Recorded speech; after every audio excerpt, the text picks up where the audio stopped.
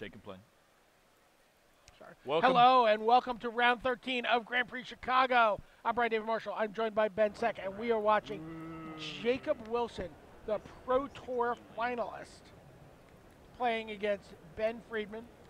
I believe Jacob is playing mono blue, and we have our suspicions confirmed by the Frostburn we're in turn 2. He could be playing, is it? It's true. Is it? Pack Rat. So this is a known, very well known opening gambit by both players.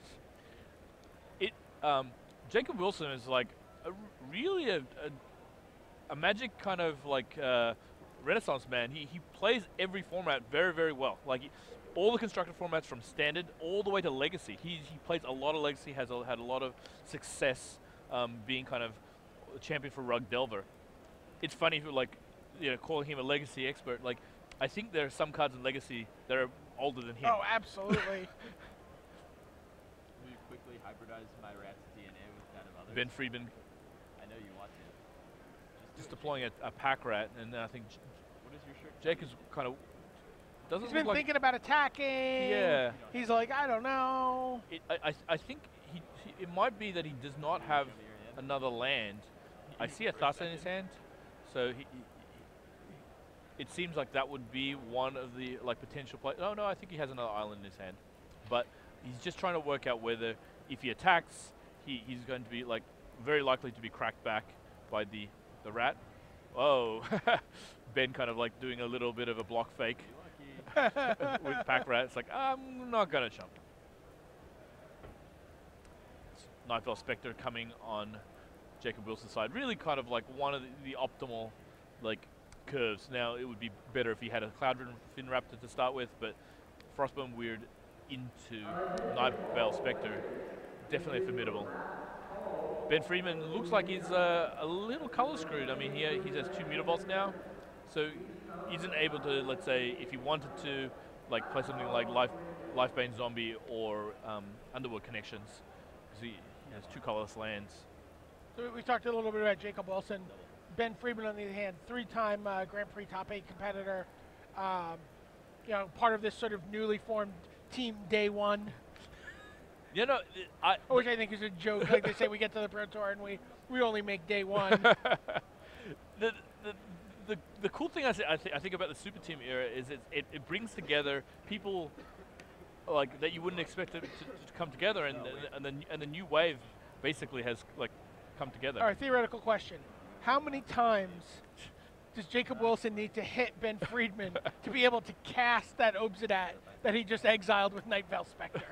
Well, is this, or will he just be dead? I don't think he will be able to do it before he dies, so I don't think it's going to be doing the final damage. It's possible that Jacob Wilson has something maybe like a Scryland? Yeah, Scryland in his own deck.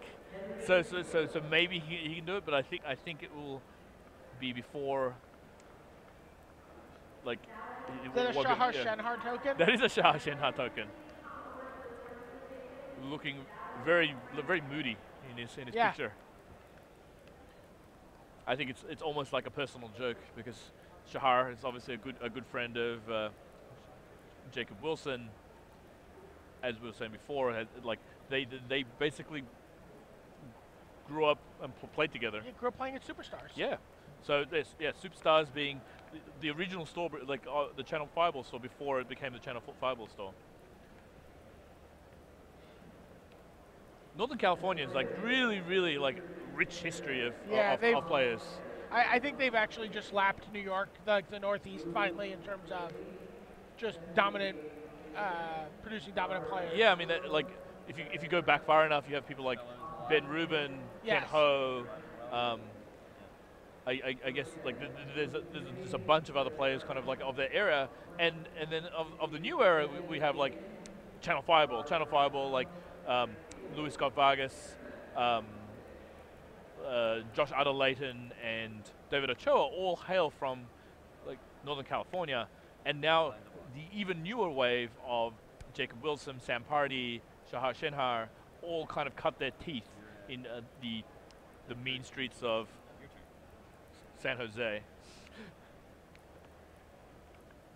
Ben Friedman from Baltimore. So this is a coastal battle. Although Jacob Wilson now is up in Canada somewhere. It's true actually, and So it's a war of the nations. he's Jacob Wilson's kind of in a little bit of the thick of it with the Canadian national champion. That is a race that's really competitive. I mean, Sean McLaren with his Pro Tour win, leading the pack, but So I can actually give you the details. Sean McLaren has 52 points. Alexander Hayne has 44 points, and Jacob Wilson has 40 points. So he's 12 points off. right now, obviously winning the Grand Prix Which is will like help. pretty close to the amount of power he just put into play off of his Master of Waves. Jacob looks like he's well in command here, unless Ben can deal with the Master of Waves. Ben is actually playing a black-white version of the deck. A little bit more mid-rangey. It has Yeah, we saw the Obsidat. he actually played this deck last week to make the top 8 at the Start City Games Invitational. So this is a deck he's definitely had a lot of success with.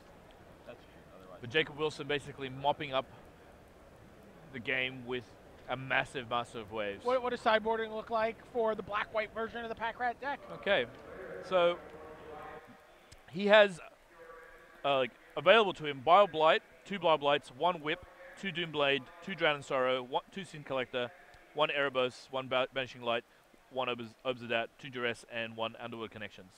Now, the cards that I think almost definitely come in is the Bile Blights, the Doomblade, and the Drown in Sorrow. Just really efficient removal spells. Drown in Sorrow, like really effective against something like Master of Waves. Just I think that more removal spells is nearly always better against the mono blue deck. He probably will take out some of the more expensive cards. I don't think Obsidat is particularly good in this matchup. Elspeth also not that great. So he can easily take out like 2 Obsidat and 2 Elspeth, and probably 2 of something else, maybe with the Whip of Erebos, and like I think that will be his strategy. We do a live look in here. Adam Edelson versus John Stern. By the way, we were talking about that Canadian battle for the national title. John Stern also in the thin of it. 38 points. So he's 14 points off the lead. But John Stern and Alexander Hayne, by the way, are heavily constrained in what a GP can offer them. Right. I think both of them kind of require a top 8. Yeah. They require. Hayne like might not do it with a top 8. I don't know. Right. Or he gets a point, I guess, off the top 8. No, sorry. Like I think both of them require A Pro Tour top 8. a Pro Tour top 8 to really make up most of it, because making a Pro Tour top 8 gives you like over 20 like Pro Tour points.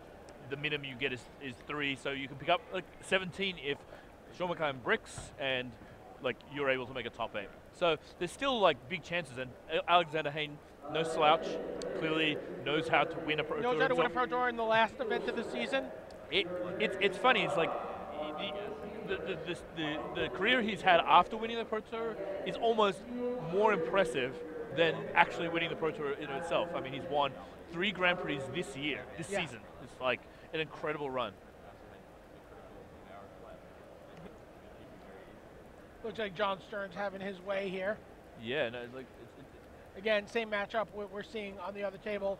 Although it looks like John Stern's playing he might be playing the 21 Swamp version. so Adam Ellison actually like needed to top deck a Pip to activate his Thassa and actually like do lethal damage, and did. So looks like Adam goes 1-0 up Oh, really? against John Stern. All right, that was unexpected. Do you have John Stern's list there? I'm just curious. Is he playing 21 Swamps? He is playing 16 Swamps, and I think Some Temples. some temples, but not really utilizing them. no, yeah, he doesn't really have any.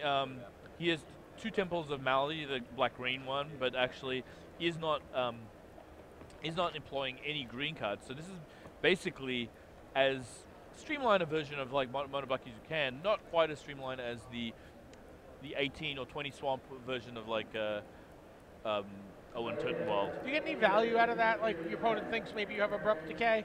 I think you do a little bit. I think the green one you get the most value out of, because I think a lot of people might like try and take out things like easy targets for your Abrupt Decay. Yeah. Like they'll also expect things like Golgari Charm. I think, as it turns out, the Temples were probably a good call this tournament because the aggro decks did not come out to play. Right. One of the reasons why you only want to play Swamps is so you can have them all untapped, and so you don't get these kind of like weird clunky draws where you're forced to play a Temple on a turn you don't want to. So we're sideboarding in both our matches now. We're doing a live look in on sideboarding while we sideboard. So let's get the pretty long shot of the table and in the rail area. And it's been a little quieter along the rail today as because still the same amount of players in the room, but a lot of them are playing in the Sunday Super Series today. Yeah, no, I think it's one of the great things about going to a Grand Prix. So, I mean, if you haven't been to a Grand Prix, the main event is not the only thing you can play in. There's a lot of side events, and on Sunday, there's a specific side event called the Super Sunday Series, which actually, like, if you win it, or if you win it... So top four, there's 2 flights. Mm-hmm. There's a limited flight and a standard flight. And the top 4 from each of those goes into a top 8 booster draft. And the winner of that booster draft gets a trip to Seattle to hang out at the Wizards offices and play in a $20,000 cash prize tournament, which is going to have like 50 people in it. Yeah, no, it's a great value. Also, you get to kind of like see behind the scenes. It's like getting to play in a small invitational tournament combined with fantasy kind of like a fantasy baseball camp. Sure, no. You know, because you get to see all these retired pros from yesteryear who are living the lush life in R&D now. Okay, it looks like the players are ready to start. And Ben Friedman will be on the play. So I think Jacob Wilson trying to work out whether he's going to mulligan. Looks like he might only have... He doesn't have a second blue. His land Mutavault. Yeah. And there's a Frostborn Weird going, hello. Those are a test of a man. And then you know you have to show your opponent. You're like, yeah, I kept it. That's the most embarrassing thoughts is when you kept a really sketchy hand, and then now your opponent gets to see how sketchy the keep is. What do you take here? You just take the Night Veil Spectre? I think. Well, the thing is, I think I'll take the Thassa here. It's the rapid hybridization because it's the only spell he can really cast at the moment. Right. It's kind of also implies turn 2 pack rat. It does imply turn 2 pack rat. I think that the 2 choices were really Thassa or the rapid hybridization, kind of depending if he has pack rat or not. But the reason being that and there's a pack rat. What's that sound? That's the pack rat. Taking the Frostburn Wind really doesn't make any sense since there's 2 of them. But he did draw the island on time. And now we have the awkward temple. The awkward turn 3 temple means, oh, look at that. He's like, oh, I can attack now. Oh, wait. Oh, at least he's able to make a rat with his, even if he only had 2 lands. Yes. The only thing more awkward than a temple there, a Guildgate. Guildgates, whenever I've played Guildgates in standard decks, and I always feel like whenever I draw it instead of the temple, I feel like cheated. It's like, I'm just going to look at the card anyway. I can just scry, it's okay.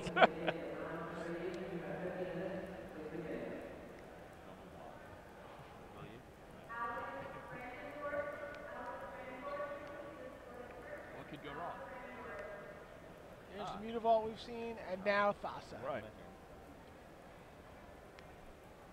So we saw Thassa outrace, and you know, a pretty impressive board of black creatures on the other match, but this one's going to be a little different, I think. Yeah, it's going to be a little tougher.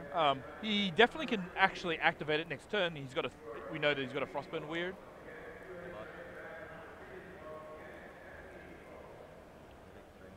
Oh. You made a rat. Okay. I was wondering there for a second. I was like, wow, he's casted it in an instant. Jacob Wilson gets a scry. I think he's really, really interested in getting another land. He drew a domestication. So, it's very possible that Special magic he card, wants and to it's just Cyclonic Rip. see if he Not can very kind of good. like go in the offensive. If he draws a land here, he's able to domesticate Is it the Shahar token one and only Judge's Familiar? and then attack with the Thassa and the Frostburn Weird. That big Gale Rider still right. If I had the Mutavault, I would have instantly defeated you. I mean, you're still doing okay. Oh, Gesundheit. I'll not complain. Please do. I'm so unlucky. So, Jacob's thinking does he just play the Frostborn Weird here and attack? I believe he's still thinking about this scry. Oh, he's still scrying. Yeah, he's just like Jeez. What was it? very deliberate player. I think just looking for. So he goes domestication, Yep, Try to domesticate. there you have it. and then the 2 blue pips on the domestication actually give him devotion, so like Thassa can attack. I think it's important for the mono blue deck not to try and like sit back too much. No. Because the thing is, they have a turn at some point later in the game because of the inevitability of Thassa to just go, okay, I can just tap out here and Right. get all my damage in. So you really need to get your opponent within reach. So Banishing Light takes out the domestication, and rats get in for, one rat gets in for 3. more importantly, takes away the pips for Thassa, so it forces Jacob to. Well, we know he's got a Frostborn Weird, so we know another one's coming. So in his hand, But, yeah. but those rats are ticking. Yes, I mean, Jacob's already down to 14. Those rats are 3/3s, so like 4/4s next turn. When you have 4/4s, I mean, he has to block one of them, otherwise he just dies. Which he can do with a mutable. Right. It's he can do with the Mutavault. If he attacks his turn, he gets Ben down to 8, which Gale Spectre.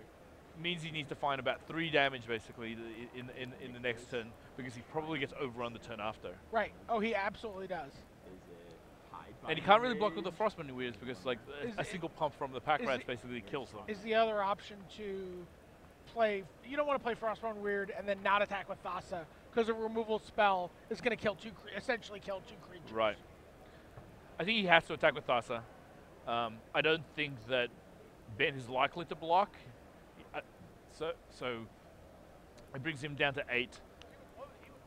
Oh, absolutely. But I don't think Ben will, like, unless there's a particular card in his hand, I don't think it makes sense according to the board. Now, actually, one of the things that Drawing the Island does is it allows Jacob to actually play another creature. He's got a Judge's Familiar in his hand, so it provides another chumper, basically. Right. In comes. Okay.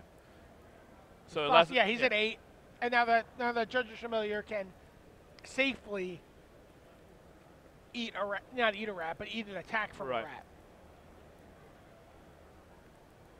Still a pretty precarious board. A removal spell turns off Thassa.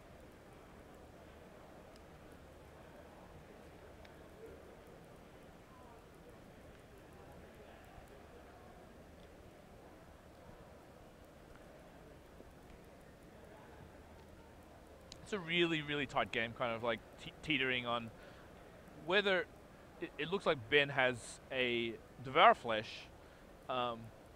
which is kind of useful in some ways, because I think if he attacks, it's very likely that Jacob will chump, and then the Devour Flesh will actually, like, essentially turn off Devotion, which forces like Jacob to come up with yet another permanent, basically, to turn it back on. Is there any way he could Devour Flesh himself to stay alive, eating like a giant rat? I don't think it makes as much sense right now. I could see it kind of like maybe as part of the last turn. I think the biggest problem right now for Ben is that he's constrained on mana. Like I think he wants to at least have the ability to Devour Flesh as well as produce another rat, but it doesn't quite. He has four land, so he's kind of like a little bit like constricted. He does also have. There's a Doomblade as Yep. well. He has a Doomblade and a Hero's Downfall. So it actually like covers the board pretty well. But So if he goes Devour Flash here, Jacob's going to sacrifice I think his Judge's Familiar. I think it's possible that it's a Judge's Familiar Oh, or he'll it's a sacrifice Mutavault. a Mutavault. Yeah, Yeah, that actually makes more sense. I actually think the one in the air, as well as, funnily enough, the countering a spell unless I pay 1 is actually constricting. It's constricting Ben a little bit because he knows that Ben has missed some land drops. It's possible that he has 2 removal spells, but now can only employ 1 of them. Okay. Ben is very chess-like about his scries. Oh yeah. He's almost like a batter in the batter's box. He gets the card, he sets it aside, he fixes his batting gloves, he shifts his board, he thinks about it, and then he comes back and revisits. Yeah, it looks like he almost goes through every permutation of what the turn's going to be. Yes. Be like even before he has to draw it, and that's what kind of scrying allows him to do. It looks like he's putting it on the bottom. He's like, I'd like to leave it here in limbo. Okay. He says, no. Nope. He's going to draw. Can't see exactly what he's drawn, but he does have he has a Night Veil Spectre in hand. Now he has to assume here that Ben has an instant speed removal spell. Right. And an instant speed removal spell at the moment, the power of it is that it instantly turns off Thassa. Unless he plays another spell before combat, it's going to turn off Thassa. So, and now he attacks, and it doesn't look like he's going to actually kind of make them like unblockable. He's just going to see if he can like entice Ben to chump with a rat, or not block at all. And then if he doesn't block at all, like Thassa is lethal. So here comes. I think is this gonna be Devour? Doomblade. So Doomblade turns off Devotion, means that. I haven't declared blockers or anything. Are you? So this isn't a creature anymore, right? It looks like Ben's only going to take 1. Yep. Well, I can't block this and I can't block that, so I don't have any blocks. After no blocks. Oh wow! So he actually, in response, I think, to the Doomblade, or no, maybe not in response to the Doomblade, trying to work out whether he did it in response. Well, he has to do it in response. Right, if he wants to keep on attacking, he has to. The thing is, the Frostburn Weird was in the... Maybe Ray can go find out what the timing is on the sequence of plays. Right. It's very possible, like, if he did it in response to the Doomblade, he's... How does this work? He'll, like, maintain Devotion. Right? Does this, like, come in enchanted to something, or does it But target it, or what? the problem is that the Frostburn Weird is in the graveyard right now. So it's very possible that, like, Jacob... Does he choose? Is there any opportunity to track him? Okay, Hold on, we're getting a reading. Okay, so we're just getting a ruling. So target on the stack when it's tapped, but when it comes in as permanent, it comes in and it's attached to it. All right. I will.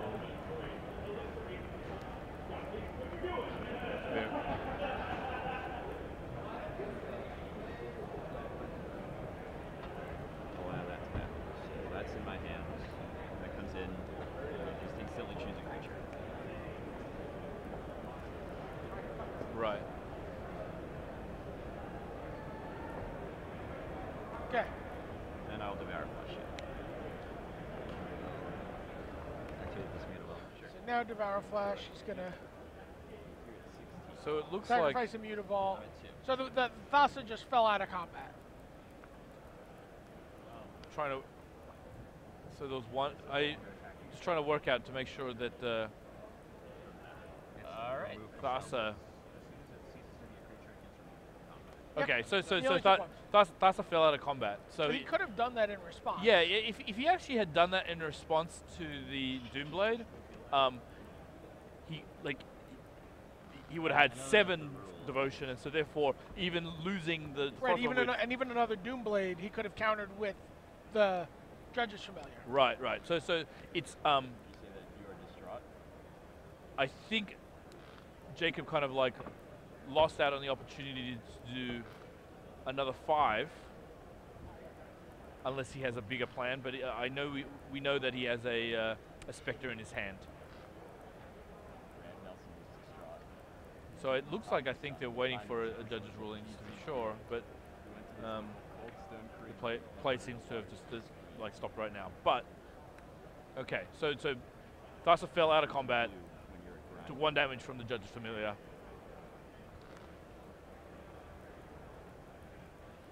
Jacob now. Ben gained a little life off the Devour Flash on his Mutavault.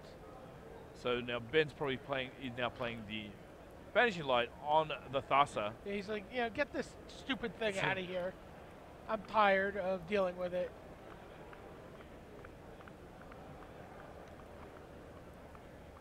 Maybe he just wanted the game to go more quickly. It- It's like one way or the other. So, funnily enough, now he's actually attacking with the Pack Rat and the Frostbone Weird. The reason why he's able to attack with the Pack Rat is because he has his own Mutavault.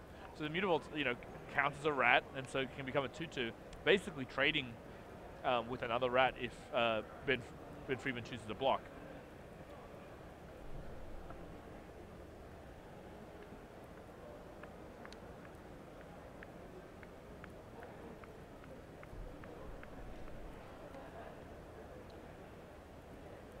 So it looks like Ben is like considering a block here.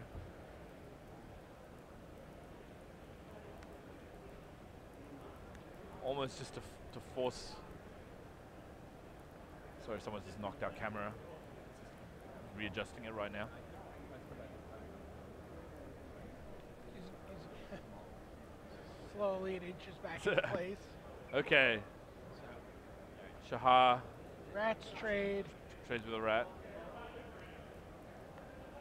and Ben takes 2. Goes to 5, and now actually he has another Thassa in his hand, so actually and he deploys it. Now the thing with the Thassa here is like that's not active at the moment. There's only 4 blue mana symbols, but But even if he draws another net land, he can attack for 5 next turn unblockable. right. So really, Ben kind of like put in a little bit of a bind. I mean, he dealt with the first Thassa with his Banishing Light. Second Thassa is just like extremely like constricting. If he plays another Spectre and a land, he'll able to like just attack for 5. Hasn't he been holding a Spectre Yeah. since the first draw of the game? Right. No. And the reason he hasn't played it is that he's had to really like just keep on like casting other spells. So just a little bit constricted on land, especially after he lost one to the Mutavault. So he draws a land, which allows him to play Spectre, which means that it turns on Thassa, which means that Thassa is now lethal and unblockable. But we know that Ben actually has a Hero's Downfall in. But we're gonna activate. his We're hand. not gonna make anything unblockable. We're just Oh, gonna. no unblockables. He's just Yeah, going to we're try just and like attack with attack everything. everything. It's obviously a Klingon ship pounding our force fields here. Okay, so the Hero's Downfall, Takes out the Spectre. like, Falls out of combat. but he does 4 damage, and 4 damage basically puts Ben to 1, and now he has three creatures and a Thassa. Yep. So He just drops his hand on the table and extends it. these guys are obviously really good friends. Just like I think like doing a little show for the camera. That was awesome. I have not seen much hand acting on camera before. It's true. It's true. Like earlier, we had kind of like a weird Yuta like handshake, and now Yeah. we have like a very like two-handed grasp But here. that might be cultural. Handshaking is not Oh, super common in the Japanese culture. Oh yeah, absolutely. And it always is not. It's not natural like it is to us. Mhm. And so he, He was like, I will shake your hand. It was almost like he overshot his target and like shook the back of his hand. One thing I like to do actually, like when I play in the Pro Tour or like a Grand Prix, is try and learn the word for good luck in every language. So, Oh, nice.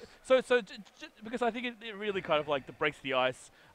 One of the great things about Magic is you can not speak a lick of the language of your opponent, and you still can play a completely like intelligible game. You just like tap. You say like take damage. There's enough of this vocabulary. Do you also know how to say "so lucky" in every language? No, I should really kind of like also in like learn all those ones, like I should learn mana screw or something like that, so I can really kind of like have the full conversation that you normally have. The sarcastic good luck. Good luck.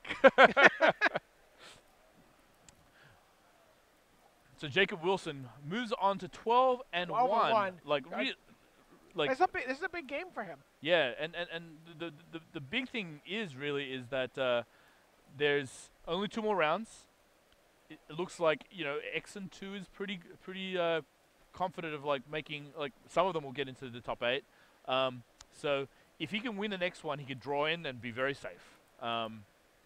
Like Ben Friedman not out of it yet. He's still like 11 and 2. He could just win. Yeah, if he wins 2 win in his a row. last 2 more matches. Sounds like we're gonna. Looks like we're moving a match in here. We see Jared Betcher, current Rookie of the Year front runner, Yes. and he's playing against Steve Wise. Steve is playing a blue-white control deck. He's actually, I think, one of the only undefeateds remaining. Jared is playing mono blue. No, he's playing. Sorry. He's playing mono black splash red. That's right. For some heavy splash of red, really, for Dreadbore, Mortars, and Rector's Return. Right. And he's also got the main deck whip. I wonder if he keeps. I think the main deck whip will probably won't be still in if this is a sideboard game. But so this looks like a 5-card hand for Steve Wise. Here we're moving you on camera, and you've mulled to 5. Hope it's a good one. Steve's still in great position, obviously at 12-0. Our last undefeated player. Yeah, no, he's 12-0. Obviously not as happy, kind of mulliganing to 5. Top decks with one land. The elixir of ironicality. Jared really kind of like he has a Thoughtseize in hand, but he knows he doesn't need to cast it. He knows exactly what's there. Yeah, he's going to long range that. Yeah, that's actually one of the interesting things about playing against blue-white. You have no pressure really to like cast Thoughtseize unless you're trying to like force through something or you're trying to protect something. Yeah, like, Jared knew he had this opportunity to stick that Underworld Connections and just now bury his opponent. Yeah, I mean, and he also knows he's not facing like he can actually just work his way down pretty low. Right. Yeah. Like I mean, Steve's not likely to put any big amount of pressure like on him. Now he like follows up with Thoughtseize. He knows that there's only 1 blue mana on the side, so those 2 dissolves in his hand not going to be very useful. You don't care about those dissolves for the rest of the game. He actually never needs to play another spell. Right now, the Rats are going to probably like mop up this game within short order. Jared actually needs Scry Underworld Connections is so sweet. Oh yeah. Underworld Connections Rat is so sweet. Yeah, well. I know a few people who are fairly sour about it.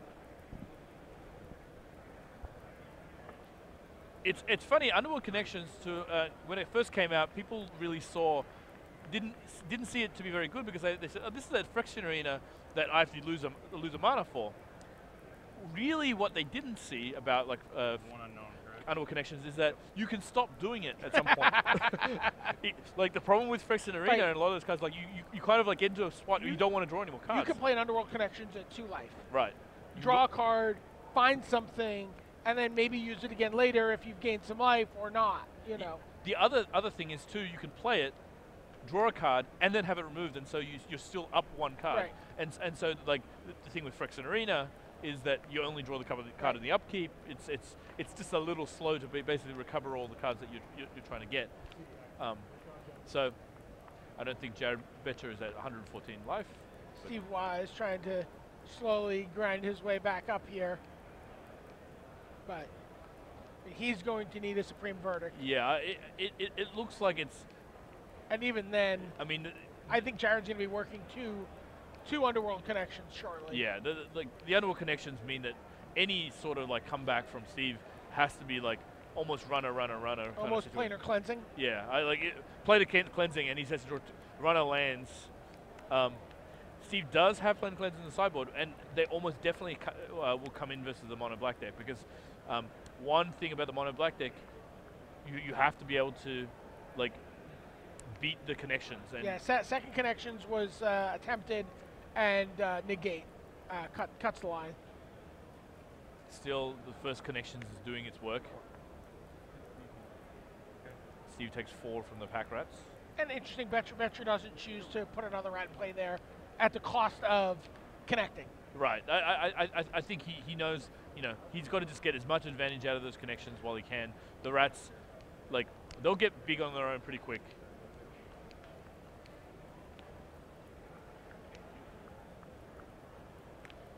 I think Jared might be making another rat in combat. No?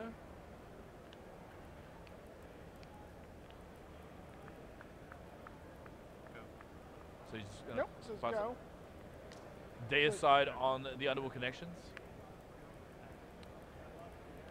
Allows Jared to draw a card. Jared is still very far ahead, kind of. And he actually is presenting lethal here because at the end of turn he can actually make a rat, and then he's 3 rats, and in his turn he can make 2 rats, which is 15. This is kind of like Supreme Verdict or no here, right? Or Detention Sphere. Detention Sphere. It looks like there's a Banishing Light in his hand. Yeah. And he can take 1 rat out, but nope. Oh, so he basically kind of like is representing his Aureus Charm. Yeah. It doesn't even. It doesn't really do anything here. I think maybe he's trying. I wonder if Jared is going to go for the kill. Those of you that don't know, Marshall Sutcliffe is selling signed bottles of water now. And Jared just actually goes for the kill the way we were saying, basically making 2 more, another rat, and then making 2 in combat. Jared Betcher, 12-1. Following up his two GP top aces already. This could be a third to go with 2 Pro Tour top 16. This would put the nail in the Rookie of the Year race. Yeah, absolutely. I mean, and I think Jared has, he's trying to kind of like almost like build his reputation here. When was the last time you remember a player having this kind of rookie year? I mean, this is a Brad Nelson style kind of like rookie year. This really, I mean, we've talked about him a lot, but I don't feel like maybe we've done it enough. No, I mean, and he's very unassuming. I mean, Jared, he's like, the amount of results he's put in like in the last kind of like 9 months is like incredible. And he went from I would say an unknown to like probably one of the like superstars of the circuit right now. Two Pro Tour top 16s in 2 attempts. Right, and he's locked for platinum. Right. I mean, we're getting into locked for Rookie of the Year territory now, and which means he gets to play. He'll get to play in the World Championship.